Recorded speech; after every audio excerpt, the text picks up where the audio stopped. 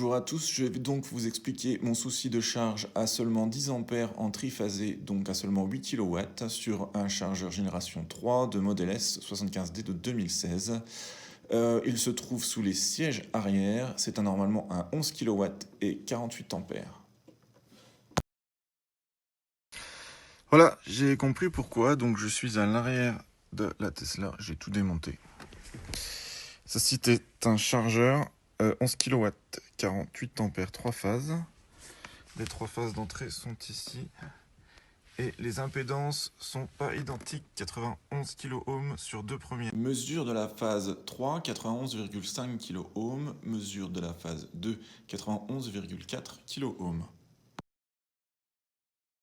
Et la dernière phase donne quant à elle une impédance de 8 mégaohms. Ce qui veut dire qu'il y a certainement les fusibles ici qui sont destroyés.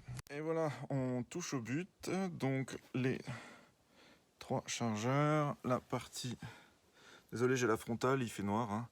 Les fusibles ici avec caché par la petite mousse rose et le bus de puissance, donc la batterie par là, que j'ai bien sûr déconnecté.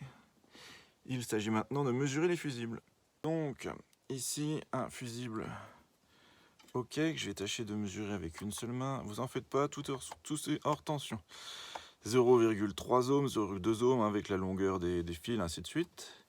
Et un fusible HS qui donne une valeur. Alors voilà un fusible. Donc ça c'est une première chose. 40 ampères, achevé 40 ampères.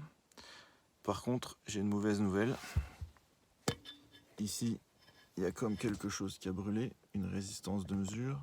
Où est-ce que c'est? Où est-ce que j'arrive à le mesurer? Là. On voit bien qu'il y a un problème ici. Le truc pourri, c'est que ça se répète sur la phase 2 et que ça se répète sur la phase 3. Alors est-ce que c'est une résistance de mesure de tension? C'est bien possible. Et bon, c'est un peu chiant quoi, ça va m'obliger à tout retirer. Donc c'est pas très cool, c'est vraiment pas très cool, ça m'emmerde bien. Ok, donc ça se retire assez bien, la colle qui est là, elle se retire plutôt pas mal. Manifestement, en dessous ici, c'est des condos. Donc je suis presque sûr qu'on est face à un filtre RC, donc c'est du filtrage. C'est pas très grave. Je crois que je vais juste virer les résistances cramées et nettoyer ça. Donc chaque chargeur, donc c'est alimenté en 230. Ici tu as le neutre, la phase, neutre, phase, neutre, phase. On voit la barrette de neutre là qui se glisse là ici au-dessus et qui va se connecter là. Désolé pour la lumière. Et donc c'est du filtrage en fait, c'est pas indispensable au fonctionnement. Mauvaise nouvelle, donc le chargeur, cette partie-là est HS, on est en court-circuit ici. Il y a quelque chose qui va pas sur les transistors, sur cette partie-là. Donc ça va pas être rigolo. Voilà, dommage.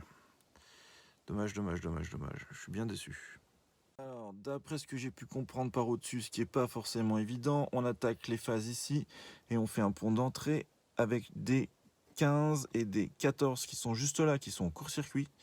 Et ensuite, on a certainement un montage élévateur ou abaisseur, je ne sais pas encore. Certainement élévateur avec Q2 et Q1.